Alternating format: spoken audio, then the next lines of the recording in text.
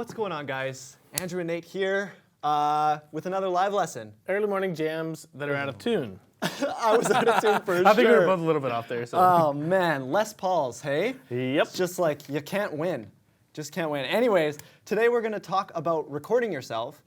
Recording yourself in the way where maybe not a professional would do it, but you'd be doing it yourself, and you'd be doing it maybe for putting a video up on YouTube, maybe for a teacher, maybe someone who's going to look at it and kind of critique you, or maybe you just want to put videos on YouTube of yourself performing or something like that, or anywhere else, just recording yourself in general. So that's what we're going to talk about today. I do have a PDF for you guys in the downloads, so you guys can download that. And all that is just kind of a step-by-step walkthrough of the different methods and different ways that you can kind of go about recording yourself. There's a few ways to do it depending on your budget and kind of what your goals are and how you want it to sound and stuff like that. So before we get started, I'm trying to think. Oh, questions. That's what I was going to say.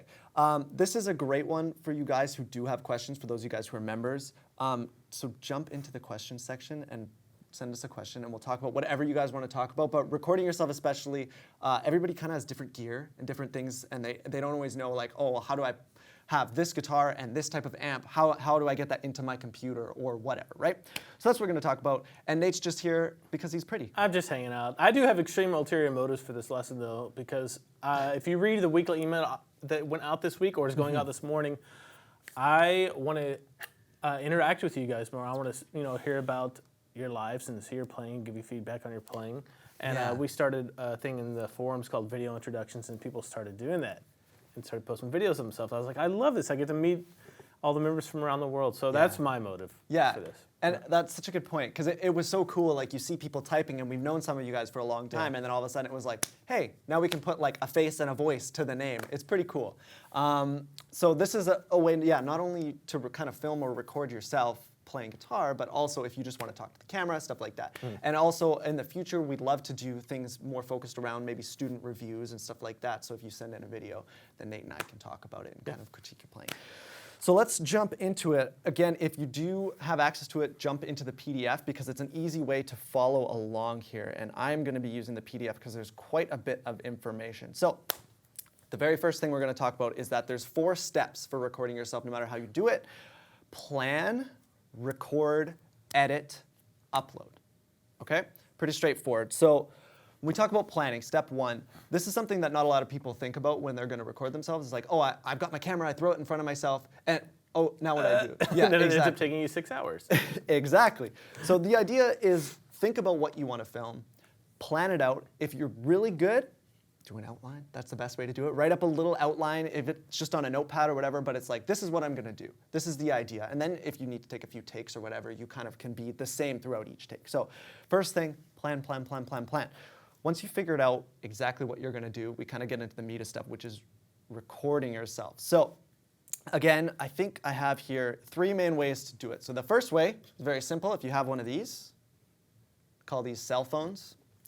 Smartphones, most cell phones, they have the ability to take video. It's really straightforward. Just about everybody knows how to do it. You open up the camera app, you point it at yourself, you press record, and you go for it. And it's going to record video and audio from basically as if someone was standing in front of you listening to you with their ears, right? That's the idea. Now, the problem with the phone is the microphone is the size of a pin. And obviously, because it's a phone as well and it's doing a lot of things, it's not going to be kind of as high quality video necessarily as a nicer camera, right? That's kind of the idea. So it's super easy to do. That's the important thing, is with a cell phone or smartphone, or I guess too, a tablet works the same way, right? A lot of them, like an iPad or anything like that, will do the same kind of thing.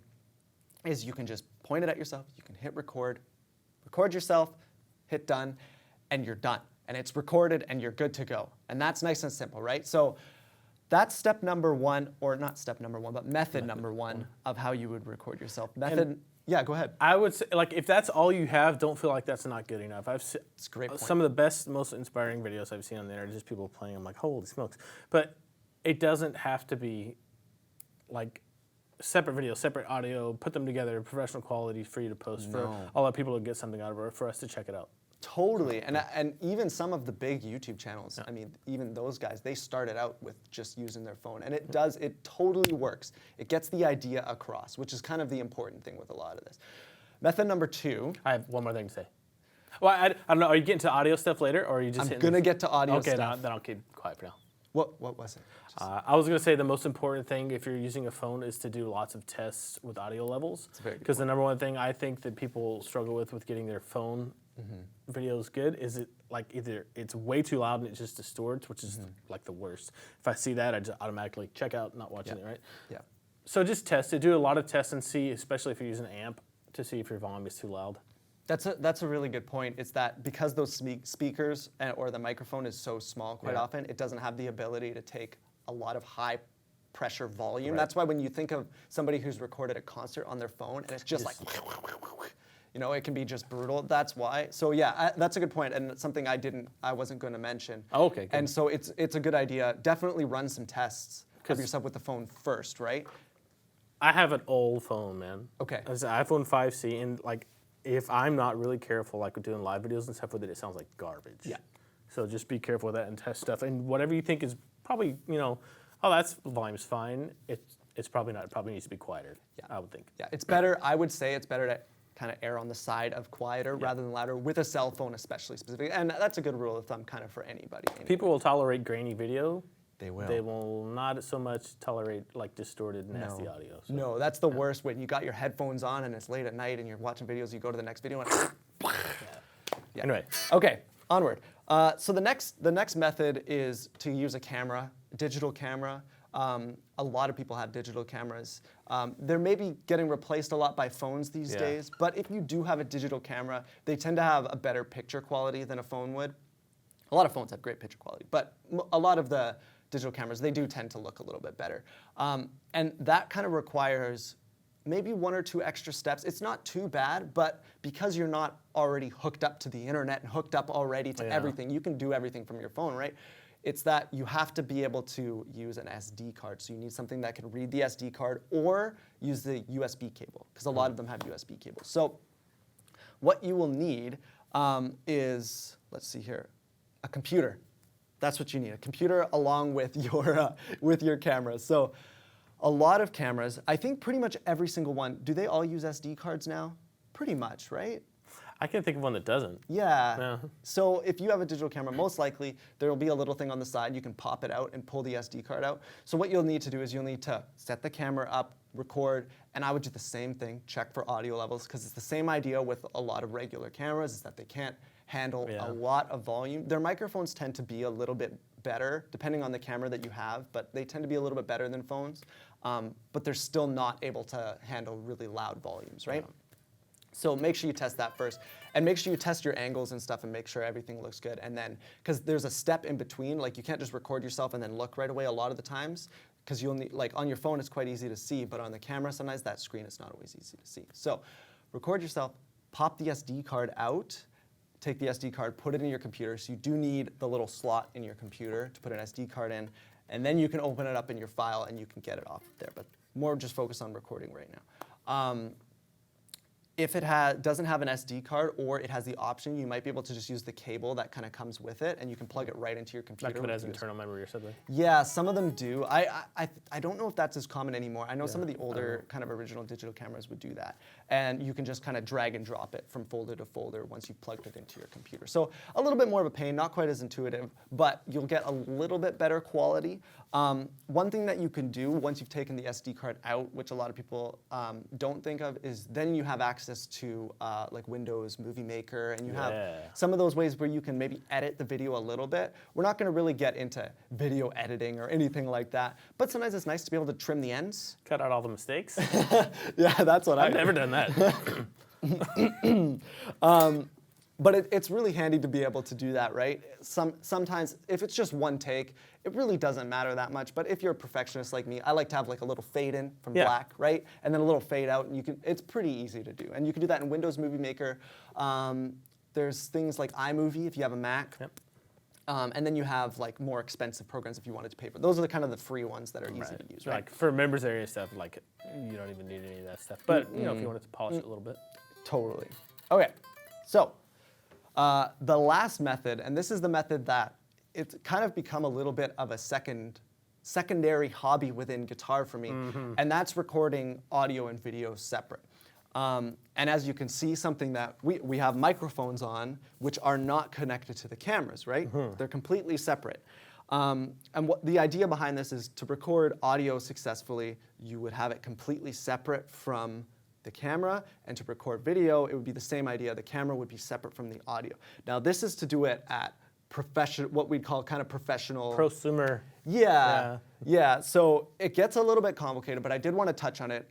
I think this is a great topic of conversation down the road if we want to chat about stuff in the forums. I know we have a little bit. There's a few of you guys that are into using audio interfaces and all these kind of dorky, nerdy things, which I love. Yeah, some of the collaboration things that have been going on have been. Absolutely, You're definitely using some editing there. Absolutely. So to do this properly, the base gear that you'll need, computer, you need to have a computer to do this, and the computer actually has to be pretty decent. You can do it without a computer now? Well, you can do it with an iPad. Okay. Yeah. Actually, that's a very That's good a point. computer, though. It's kind of a computer. They're trying to replace some people's computers. Yeah, you're you right, can do it with an computer, iPad. You need the proper connectivity and stuff, but you can. I think there's a few adapters that allow you to do it. Yep. You do that a little bit, right? A little bit. I used to, dabbled with yeah. it, because then you can use GarageBand or something like that to record, right? Mm-hmm. But for this method, because we're going to try and keep it simple, computer. Then you need something called an audio interface, which I grabbed one here. This is kind of the standard audio interface. Nate also has one. Oh, look what you have. No. We literally have the same one. These things, what they do is they basically take audio and they convert it into your computer.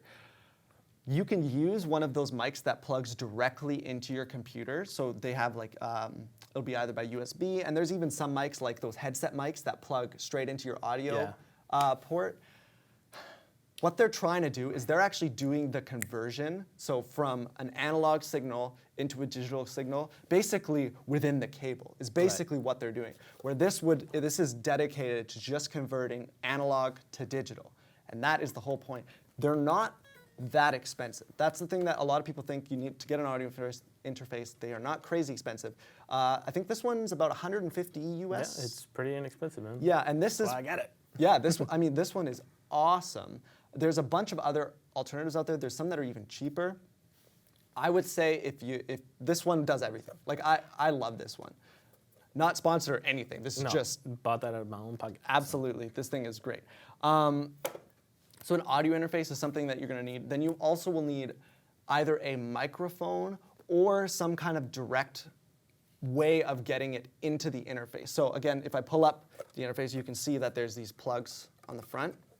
And what we need is a way to get the signal into it. Most of the time with an acoustic guitar or with voice and stuff, we use a microphone. This is just an example of what a microphone looks like in case you never heard of one. What's that? They come in all shapes and sizes. You'll see plenty. I mean, this is a microphone. There's microphones that are shaped like balls. They're all different. There's tons of different types of microphones out there. And the idea with a microphone, especially, is acoustic guitar.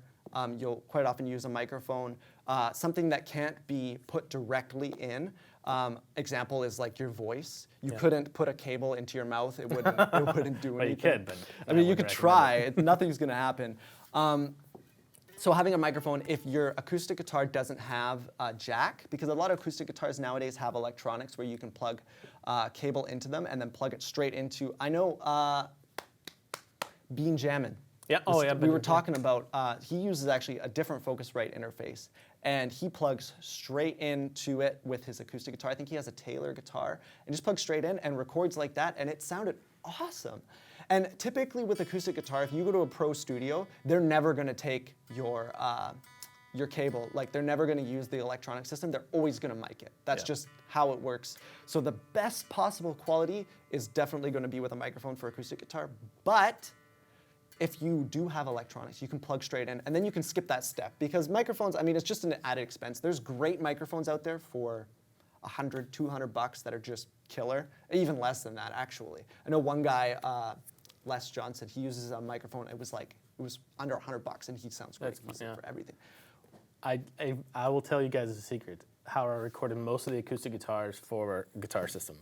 I took a lav just like this, Yeah. set it on my knee, like right there, and then I plugged in my Taylor direct, so I had a mic and a direct signal and just blended them. Because I was like, I was very limited at that time, and I was like, this is the best way I have to do it, and it sounded good. Go listen to them. Yeah, I wouldn't have known that. I would have assumed that it was done with a proper microphone. So. Use what you got. Yeah, well, exactly. A lot of that expensive stuff is just sounds good because it costs a lot of money. Right. It doesn't sound good because it sounds good. Okay, and then the last couple things here, you need a camera because you'll need some sort of way to get video. Now you can do the audio professionally and use a cell phone for the camera. You can do whatever you want. You can use a regular camera, and vice versa even. You can use something else for the audio. Quite often that's not the case, but you'll need some sort of camera. You'll need some sort of thing with a lens so that you can get the video portion, which again, for submitting videos, if you want, you honestly don't even need to have the video there. If you absolutely can't do it, we can just hear the audio. It'd be nice to see video though. Video's always nice. And like I think anything beyond the equivalent of an iPhone 6 is great video. Oh, stellar video. Yeah. I think even the new iPhones, I think they do like 4K. That's crazy, man. Just crazy. And then the last couple things are the software. You will need to record audio. You need some sort of what we call a DAW, D-A-W, digital audio workstation. And that's something like, I have some examples here. Yeah, GarageBand, Logic on Mac. GarageBand and Logic are kind of the most common ones.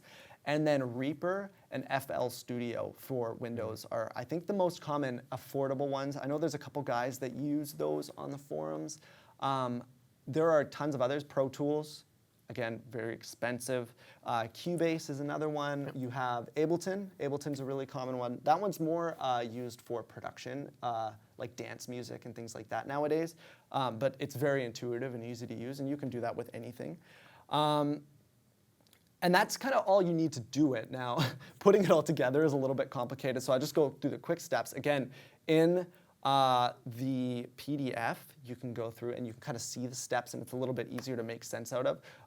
But you have to connect your interface to your computer, which is usually done through USB or Thunderbolt if you have a Mac. Some of them are Thunderbolt. And once you've done that, you need to go inside of your DAW and you need to select it as your input and output. That's one thing that a lot of people don't think about. That's probably the hardest part. Honestly, finding out where it is. Exactly. So inside, once you open up, let's say you're in GarageBand, you open up GarageBand, you go into Preferences, and you have to go to Audio Preferences, and you have to make sure it's not trying to take audio from your little audio jack in your computer, because there's been so many times where I've been like, this is not working. What's going on? And it's just all you needed to do is select it as your input and output. Every freaking time, because I've had a lot of audio interfaces. Every freaking time I get one, it's like a learning curve to like, what the heck. Yeah. But they're getting better. Like the Scarlett, you just plug it in and it shows up. So the Scarlett's great because it just kind of does a lot of this stuff for you. So once you've done that, then you need to connect your microphone or direct in, however you're going to. Now, Nate's actually going direct in right now, right? Yep. So my guitar is plugged right in here. I don't know what camera to point to. My guitar is plugged right in here. USB out to my computer. I have Logic open. And that's the sound you're hearing.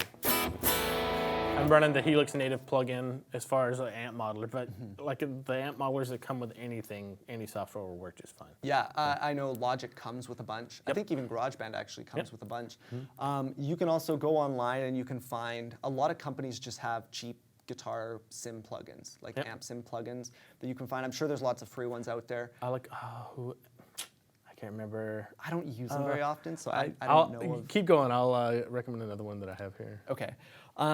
So if you're an electric guitar player, it's kind of nice because you don't actually need a microphone at all. There'd be no reason, unless you're going to mic your amp, which is kind of what I do at home. I use a microphone in front of my amplifier. In an ideal world. Exactly, because then you got to be loud and there's so much to it. But again, quite often with electric guitar, you just plug straight in, take it direct, and you're good to go and you're recording right away. It's very simple. Positive Grid is the other one. Positive Grid. What is they call it Bias. Bias, yeah. And you can there's a version of that for iPad, as well as for desktop. It's fun, and it's relatively inexpensive. Yeah, and kind of what you're essentially doing when you're using plugins is you're doing the same thing that like Nate's Helix on the floor, something like the Axe Effects or the Kemper. It's not quite going to be the same because those are thousands of dollars in like hardware that are doing the processing for you, but it, like you're using the Helix plugin, right? You're basically using what was on the floor on the computer. I can't tell the difference as far as, in my ears. I might be able to if I like recorded a whole song or something, but yeah. It would be, I mean, it might not even be better. It might just be slightly different, right? And a lot of times that is the case, is that it's not always better, it just sounds different. Just different. Yeah. It's your preference, man. Yeah, exactly. It's so subjective. And then the last thing that you have to do to kind of get the recording going is you just set your levels and make sure you're not peaking. That's one thing that's important. A lot of, I know this audio interface, when you are turning up the volume on it, it has a thing that'll go red if you're peaking or clipping or whatever it is. And what it is you don't want your guitar to do that. You just want to make sure that you hit as hard as you can, as loud as you're going to be, and make sure that it's never going into the red. And there'll be a way to monitor that on your computer or whatever as well. And then finally, hit record on your DAW. After all those steps, on inside of like Logic or whatever you're using, hit record, and also make sure you're recording on your camera at the same time, because it would really suck if you weren't recording on your camera but you're recording audio, and then all of a sudden you don't have video. So hit record at the same time, not at the exact same time, but make sure they're both recording, relatively, and then go for it. Okay, I'm gonna try and move through this a little bit quicker. The next step is to edit. And this is something that you can kind of do to taste. There's not really, you don't need to go crazy with it. You don't need to edit at all if you don't want to. With cell phones and stuff, you just press on, go for it, and hit it off. So I usually trim the end so I don't look like a goober. Exactly. Yeah, the whole fiddling with the so goober. That's funny. So with a smartphone and tablet, it's very simple because a lot of times you can just edit them inside of the app on the phone, right? So it's just, you can trim it and you're done. There's nothing crazy you need to do. So that's one thing that's nice about smartphones, is literally every step basically so far is just in-house. You're just doing it in the phone. It does everything for you. I have, what's it? I don't know if it's available on iPhone, but on my iPad I have iMovie. It's on iPhone too. Yeah. Yeah, I have it as well. iMovie is, I mean, it allows you to do everything basically that you would need to do for editing video on your phone.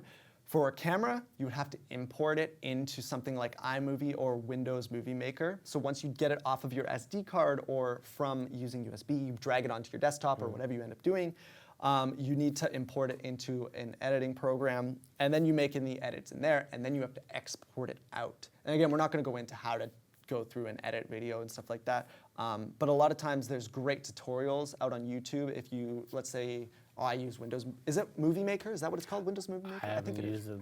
Yeah, I don't really use Windows, but use Windows Movie Maker. Let's say we're gonna call it that, even if it's not that. A lot of times, just look on YouTube for a quick tutorial, and they'll do a quick starter guide, and you can learn how to do a bunch of little things really fast, and it'll be nice and simple. And then make sure you export it. A lot of people think they save the video file, like the project file, and then it's done. And then they think it's done. You have to actually go and, I think quite often it's like file, share, export to file. So just make sure you export it into a proper video file.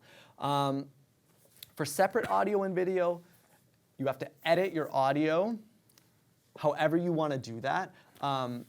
You can not edit it at all. You can go through and it can get crazy. It's an art in and of itself, recording. If you want other things to be going on and all this crazy stuff, you probably don't need to do that. But go in, make sure it's trimmed nicely, and then you'll need to what we call bounce. And I don't know about other DAWs, but it's usually quite simple to do. There's a button usually. Command B, Control B. Control B, yeah, there's quite often a command. And all it does is you'll just bounce that as an MP3 or a .wav file, right, a WAV file. And then once you have that file, you need to import both the audio and the video. So you take the audio file, you take the video file, the raw video file, and you import both of those into your video editing software. So whether that's iMovie or whatever you're using, you want both files separately, and then you drag them into your timeline and you sync them up. There's a few ways to do it. Quite often with most, I know the lower end stuff, you have to actually like make them really big and line them up. And then you have to take the audio from the camera and delete it. Yeah. That's the important thing that people sometimes forget. It's like, it doesn't sound quite the same. It's like, because it the audio from your camera and the audio from what you recorded with your interface are going to sound slightly different. There'll be some weird phasey issues and stuff like that. That's my least favorite part of editing. Like once that's done, it's good. It's easy to go. Totally. And then you can edit, trim, do whatever you need to do with the video, because the audio and the video are now lined up with your new audio. They're together, good to go. Then you can export your edited video the same way you would from a camera or from the camera method. And finally, we get into the final step, which is uploading your video. It's pretty easy to take video in general, especially if you're using your phone or something like that, but not a lot of people know how to get it onto the internet. And we use one method that, I mean, there's other methods out there, things like Vimeo and stuff, but YouTube is the easiest way to do it. If you have a Gmail account, you basically already have a YouTube account set up. And if you don't, it's so quick and easy to make a YouTube account. And the nice thing is you can make it completely private so nobody can find it. It doesn't have to be this public-facing thing if you don't want it to be. Yeah, don't think if you upload a video that people are going to be able to find it searching. If you let it set to, what is it, unlisted or private? Unlisted. What's the difference? Unlisted. Yeah. The only people that can see it are the people you let see it, right? Exactly. So, and I'll explain that. So what you'll do is you'll create your little account, set it all up. There's a nice, easy to see button that says upload. You click on upload. You find the file on your computer in the little finder. Click on it. It'll take some time to upload. You can give it kind of a name, any data you want on the video. If you want, you can have a little description if you want. And then you have the option to set it like with different privacy settings. And it's so nice with YouTube because it's so simple. And you just have public, unlisted, and private. So if you set it as private, only you can see it. Nobody else can see it. Even if they have the link to it, they won't be able to see it. If you have it as public, that's the opposite. Everybody will see it. And by everybody, I don't mean everybody, but anybody who looks for it would be able to find it. And it would be open to the internet. Anybody anywhere could see it. It could be posted on other sites and all that kind of stuff. But what we would recommend is the unlisted method, which if you click on unlisted, and then what will happen is only people with the link to the video would see it. So what you would need to do is you would need to take the link of your new video, and then you'd share that, and only people who click on that link would be able to find it. And it's as simple as that, and you're done, and that's it. And I think like it's going to do a couple of things for you. It's going to help you get better on guitar because once you see yourself play and hear yourself, you're going to be like, oh, I need to work on this, I need to work on this, whatever. And I lost my train of thought. Well, if you don't it's important. It's just important to get yourself out there and just be like, I'm going to do it. Yeah. You may feel like an idiot at first. Trust me, the first time I filmed guitar lesson videos, I felt so stupid. But I was like, well, I have to do it. Yeah. I already made the decision, right? Absolutely. So I would really encourage you, even if you feel stupid or you feel like it's like nobody's gonna want to watch it, do it anyways. I feel Get yourself stupid out there. right now. Yeah. There's always there. It's always there a little bit. You always feel just a little bit stupid. Yeah. But I completely agree with you in what you said, which was like it actually makes you a better player because I find when I play something, I'm not really remembering what exactly I did and how perfect it was and where I messed up. And then you'll go and you'll look at the recording and be like, oh, I sound a lot better than I thought I did. Or, oh, I need to work on some of this stuff. And you can kind of try and be objective. Yeah. And so it's great for yourself. And then another thing too, when you're learning, especially with online lessons, the one thing that you're missing is someone being able to be like, oh, hey, look at what your hand's doing. Yeah. Let me move it over here, or maybe you should try this. When you're just watching videos of Nate or myself or whatever, it's sometimes hard to kind of get that person critiquing what you're doing.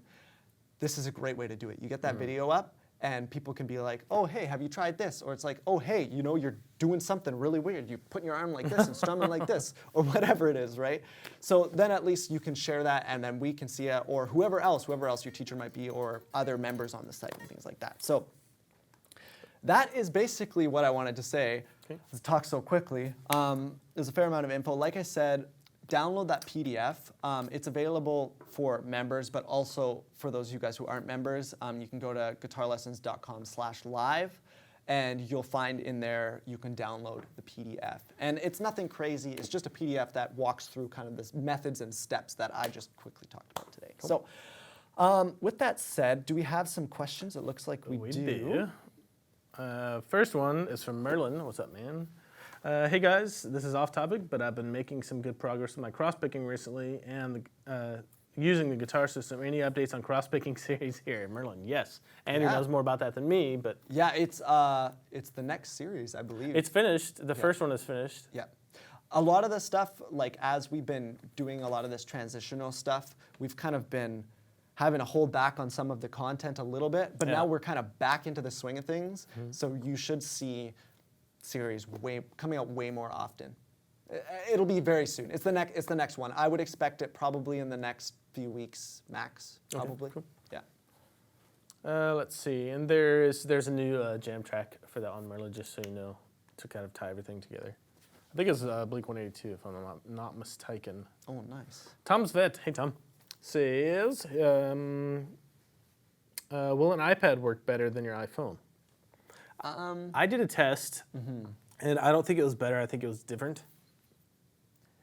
Yeah, it uses a lot of the same stuff as a phone does. I know actually the camera on most phones is better, unless you're using an iPad Pro, which I think, are those the big ones? Maybe they're not. I'm not sure. I think they have them as big ones, and those are ridiculously expensive. It's a lot easier to edit stuff on an iPad to me, just because you have more real estate to mess around with. What I would do is, if it were me, if I had an iPhone and an iPad, and I had them together, I would record the video on my phone, and then I would take the video and I'd send it over to my iPad, and then edit it on my iPad, just because it's a little bit more intuitive to do. That's what I would personally do. But honestly, there's not a big difference between them. There's not a big difference at all. The biggest thing I noticed was, you know, when you get up close to like a camera, you can get that barrel distortion, that round edges. This is just different looks as far as that goes. But you know, you'd probably have a different series iPad or different series phone than I do, so it's going to be different anyway. Totally. And there's at least one more question. Okay. Let's see, M. Biondi, I hope I said that right, man. Says, does anyone ever record their amp direct to your recording software with success? I love the tone with my amp, but I also don't want to lose some of that richness recording audio through my Mac. Thanks, all, Nate and Andrew. Okay. Yeah, I mean, absolutely, you can do that. A lot of amps nowadays have direct out to be able to do that. I'm trying to think. I'm assuming you're using a Mustang, probably a Fender Mustang or something like that. It's never going to sound as good as a mic'd amp. There's a reason why, still to this day, for the last 60 years, however many years it's been, why they've been using microphones, and they still use microphones in front of an amplifier to record electric guitar. But especially the last, I would say, 5 to 10 years, stuff has really come a really long way, honestly, and you can absolutely record direct out. Do you still need an interface, don't you? I'm trying to think about the connectivity. Oh, what's that? It's a Line 6 Sonic port. You just plug it straight into your iPad. Oh, really? Yeah, and it just records direct, and you use an app inside your iPad. That's cool. So. And that's probably pretty affordable, right? $100. There you go. But if you're wanting to mic an amp up and record it, and let's face it, most of us can't crank an amp, and most of us would probably just have a 57, like a Shure SM57. Most of us would not be running through a preamp into your audio interface. And most of us won't have high quality analog to digital converters. My philosophy on it is a little bit different from Andrew's. I think that I can get way better tones going direct than most people can with a 57 direct into like a Scarlett with their amp that's not cranked up loud, right? Nate, honestly, I do agree with you. I don't think that a mic'd amp in every single case is going to be better. It's ideal. That's a good point. Yeah. In a perfect world, you can, I mean, having an amp cranked super loud so the tubes are cooking with, I mean, a 57 is still the standard, but with a 57 and maybe like a ribbon mic in front of it, into like high quality gear, that's going to sound the pro quality kind of thing. But that's actually a really good point, is that quite often, I mean, what Nate plays through and then what I play through, they probably both sound just as good as one another to most people. I don't think most people would say, hey, Andrew, yours sounds better because you're using a real amp, right? I think some people that have a lot of experience with it would maybe prefer, notice. What you have going. So. But it's interesting because a lot of that too, when we're playing guitar and recording guitar, it's not for me to be, that guitar tone sounds like it's done digitally. So in a lot of cases, you're doing it for your friends, your family, for regular people who are listening to it, and they're not going to be able to tell the difference at all. Yeah. Go for the best tone you possibly can get, and I always I have this tone in my head quite often when I'm recording songs, and what you're kind of doing is you're trying to emulate that I'm trying to get good enough. And you never get there. That's the problem. You're always 99.8%. But that's kind of And the that's why idea. we spend money. It never ends. It never ends. Paul59 says, hey, Nate and Andrew, will you guys be doing any future lessons on flat picking, or is there already a series available on this? Thanks, Paul59. The closest thing we have to that right now is a live lesson we did on bluegrass, which isn't all necessarily a lot of flat picking, but a lot of my philosophy on flat picking comes from bluegrass, and like alternate picking, or just picking technique 1 and 2, I think 1 and 2, is going to cover a lot of that stuff. But there is a guy, hopefully coming out, who I'm not going to say, I'm not going to spoil it, that he's an amazing figure style guitar player and flat picker. So That's that's my don't best spoil answer. It, yeah. Flat picking. Now, is flat picking referring to like acoustic guitar? Yeah, with a it's flat mostly pick? acoustic guitar with just regular picking. Okay. Is it a different technique than like alternate picking? A little bit. On alternate picking, you try to make your motions. Right, you have the pick slanting thing, really Yep. small motions. Flat picking is a lot of pendulum stuff because you never sweep. Like Steve Morse for an electric player is the closest thing to flat picking that I can think of. Okay. And people like Doc Watson, right? Interesting. So it is slightly better, different. those sorts of people. Yeah, it is different. Okay, that's little bit very different. interesting. Because on acoustic guitar, you have to really dig in to get the volume. That's kind of That makes makes it have to be different. That makes sense. Yeah. I do notice I am not an acoustic player at all, but when I pick up my acoustic guitar and try and play, I play totally different. My technique and everything and the notes I choose and stuff, totally different. It's bizarre. It's such a different instrument at times. Anyways, is that it for questions? Is that all I we believe got? so. Let me just triple check. Boom, that's it. Okay. Well, one thing that I will mention, especially for the members, is if you guys do have questions, you can always email me, Andrew, at guitarlessons.com, or post something in the forums if you want as well, and we can talk more about recording. If you have, let's say, a very specific setup, it's like, oh, I have this camera, or oh, I have this microphone and this, how do I make it work on this type of computer? I'd love to help walk you through and get things sounding good and working for you. And again, we're gonna be doing a lot more video-based kind of stuff in the future. Especially, I know a couple of, I think I've said especially about 1,000 times today. Especially with Ghost was doing that collaboration, and that's something we'd love to see. Yeah. We'd love to see more of that, and maybe even Nate and I will start doing some of those collaborations down the road. I'd love to see more of that because it's really cool to see you guys doing that, and being able to record yourself is going to be instrumental in being able to do that. So collaborations. Okay, well let's play out. I don't know. got something. You got something? Okay, are you just gonna play and I'm Yeah. gonna? Okay, let's E do minor. it. Okay, thanks for coming out, guys. That's it.